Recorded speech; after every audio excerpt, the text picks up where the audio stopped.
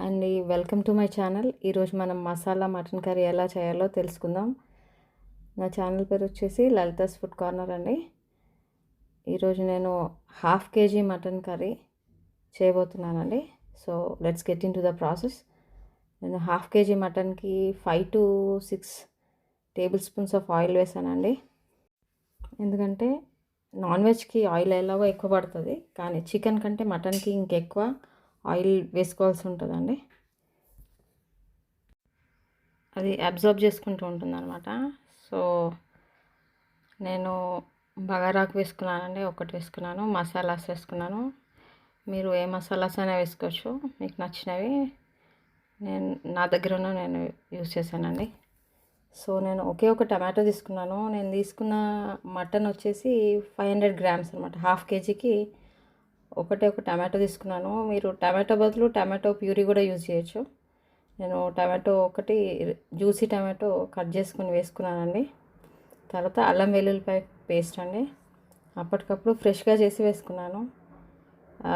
Non వెజ్కి ఎప్పుడైనా ఫ్రెష్గా వేయాలండి. ఈవెన్ కొత్తిమీర పుదీనా కూడా ఫ్రెష్ది వేయాలి. వేసుకుంటేనే టేస్ట్ ఎన్హాన్స్ అవుతుంది, బాగుంటుంది కర్రీ. అదే మీరు ఫ్రిడ్జ్లో స్టోర్ చేసి పెట్టుకున్న అల్లం వెల్లుల్లిపాయ వేస్తే కనుక అసలు టేస్ట్ తగ్గిపోతుంది అన్నమాట, అంతగా ఉండదు. పసుపు వేసుకున్నానండి. తర్వాత కారం అండి, నేను Kashmiri red chilli powder use చేశాను. నేను 1/2 kgకి 4.5 teaspoon అనమాట. టేబుల్ స్పూన్ కాదు, టీ స్పూన్ వేసాను. 4.5 teaspoons ఆఫ్ చిల్లీ పౌడర్, కారం వేసాను. సాల్ట్ ఏమో 2.5 spoons అనమాట, teaspoons. ఇంకా మీరు కారం ఎలా తింటారో దాన్ని బట్టి వేసుకోండి.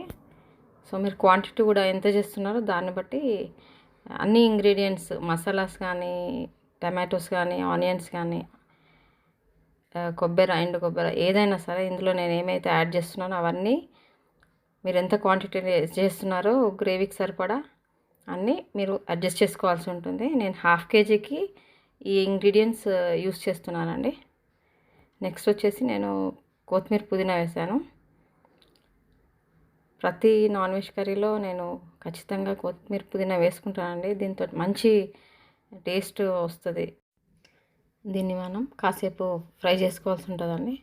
ఈ టమాటో కానీ కొత్తిమీర పుదీనా కానీ కాస్త ఆయిల్లో ఫ్రై చేసుకోవాలి.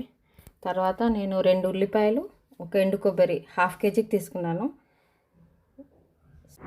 మీరు ఎంత చేస్తున్నారో దాన్ని బట్టి ఉల్లిపాయలు కానీ కొబ్బరి కానీ తీసుకోండి.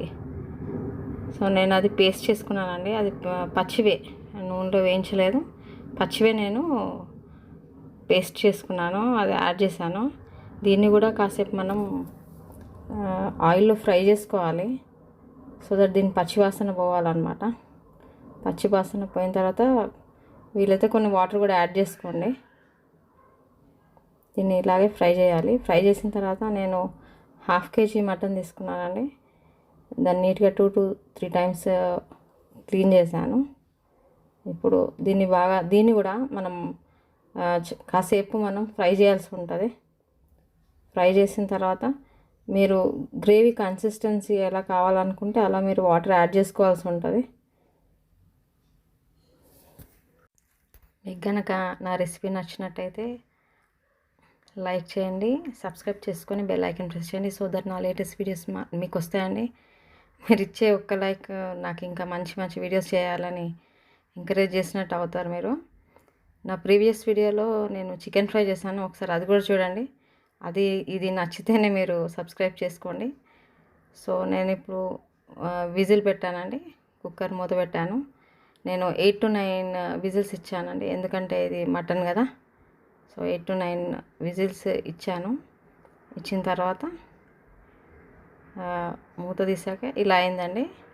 దీన్ని మీరు ఒకవేళ వాటర్ ఎక్కువైపోయింది అనుకుంటే కనుక మీరు కాసేపు స్టవ్ మీద అలాగే పెట్టాలి. పెడితే మీకు కావాల్సిన కన్సిస్టెన్సీకి తెచ్చుకోవచ్చు దాన్ని.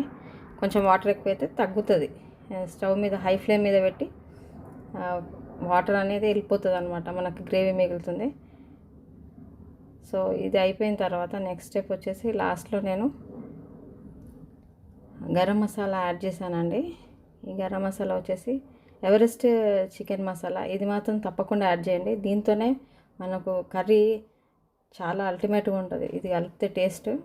సో ఇది మాత్రం మిస్ చేయొద్దు, ఎవరెస్ట్ చికెన్ మసాలా. తర్వాత నేను గార్నిషింగ్ కోసం కొత్తిమీర వేసుకున్నాను. అంతే అండి, మన మసాలా మటన్ కర్రీ రెడీ అయిపోయింది. మీకు గనక నా రెసిపీ నచ్చినట్టయితే లైక్ చేయండి, సబ్స్క్రైబ్ చేసుకొని బెల్ ఐకాన్ ప్రెస్ చేయండి. నా ప్రీవియస్ వీడియో కూడా చికెన్ ఫ్రై ఉందని నేను డిస్క్రిప్షన్లో లింక్ ఇస్తాను, ఒకసారి అది కూడా చూడండి. మీకు నచ్చితే ఒకసారి ట్రై చేయండి. థ్యాంక్స్ అండి, thank you so much for watching my channel అండి. సబ్స్క్రైబ్ చేసుకోండి. నా ఛానల్ పేరు వచ్చేసి Lalitha's food corner. Thank you so much for watching my channel అండి. ఫైనల్గా ఇలా ఉందండి కర్రీ అయిపోయిన తర్వాత. Thank you.